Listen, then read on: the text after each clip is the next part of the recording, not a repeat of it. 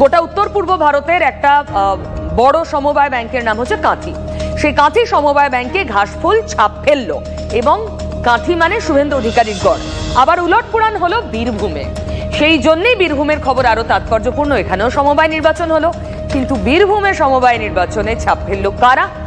বাম আর কংগ্রেস। তৃণমূল উড়ে গেল। চলুন, আমার সঙ্গে এই মুহূর্তে রয়েছে হিমাদ্রি। আমি হিমাদ্রির সঙ্গে কথা বলি। হিমাদ্রি, এটা মানে খুবই ছোট সেই বড় ভোটের তুলনায়, কিন্তু কেষ্টমণ্ডলের জন্য তো একটা প্রাথমিক পরীক্ষা ছিল।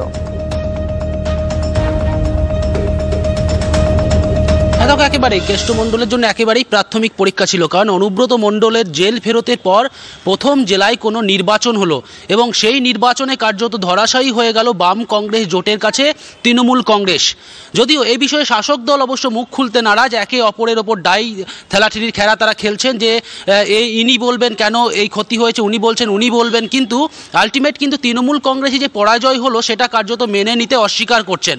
যদিও কংগ্রেস বা বাম তাদের বক্তব্য হলো যে অনুব্রত মণ্ডল হোক বা কাজল শেখ, জেলাতে তো নির্বাচনই করতে দেওয়া হয় না, সাধারণ ভোটাররা তো ভোটই দিতে পারে না, আর সে কারণেই একের পর এক জয় হয়েছে 2011 সালের পর এই বীরভূম জেলাতে তৃণমূল কংগ্রেসের। প্রথমবার হয়তো এখানে ভোট দিতে পেরেছে, প্রায় 5000-এর কাছাকাছি ভোটার রয়েছে, আর তারপরেই কিন্তু এই নির্বাচনের এই ফলাফল স্বাভাবিকভাবে অনুব্রত মণ্ডল এবং কাজল শেখ দুজনের ক্ষেত্রেই কিন্তু তাৎপর্যপূর্ণ।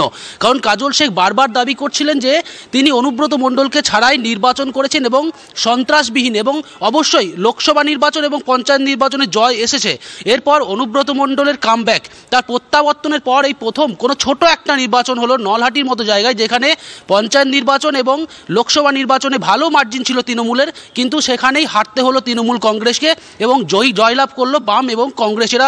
স্বাভাবিকভাবে যথেষ্ট তাৎপর্যপূর্ণ এই বীরভূম জেলায়। কোনো সন্দেহ নেই হিমাদ্রি, তার মানে প্রথম পরীক্ষা, ছোট পরীক্ষা, একেবারে ক্লাস টেস্ট বলতে পারেন, অ্যানুয়াল বা হাফ ইয়ারলি পরীক্ষাও নয়, সেই ক্লাস টেস্টে অনুব্রত মণ্ডল পাশ করতে পারলেন না।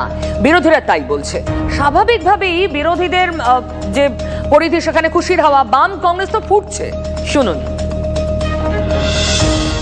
পরিষ্কার পরিচ্ছন্ন ভোট যেখানে হবে সেখানে বামফ্রন্ট কংগ্রেসের জোর জিতবে, কারণ বিজেপি এবং টিএমসির সেটিংটা মানুষ বুঝে গেছে, সেই রেজাল্টটাই হয়েছে। এটা গোটা রাজ্যেরই চেহারা। ভোটার যারা আছেন, মানুষ জনগণ যদি নিজের ভোট নিজে দিতে পারেন তাহলে এটাই ঘটবে, আর এটা ঘটবে জানে বলেই তারা বিভিন্নভাবে মানুষের উপর সন্ত্রাস সৃষ্টি করছে, ভোট দিতে দিচ্ছে না। এবার শুনুন অধীর চৌধুরীর কথা। জিতেছি, ভালো লাগলো। এক জায়গায় হলে জেতা যায়, সন্ত্রাস করে জিতছে। আর কাঁথি কি হয়েছে না যে জানি না, কারণ সেখানকার অনেক বড় বড় মাতব্বররা অনেক বড় বড় কথা বলে, তাদের অদক্ষতার তো আমরা দায় নিতে পারি না। দেখুন, বিরোধী শিবিরে খুশির হাওয়া, অনুব্রত মণ্ডল ক্লাস টেস্টে পাশ করতে পারেননি বলে। তবে যত না বিরোধীরা খুশি, তার চেয়েও বেশি খুশি বোধ হয় দলের মধ্যেই অনুব্রত বিরোধী গোষ্ঠী। আপনারও কি তাই মনে হয় না?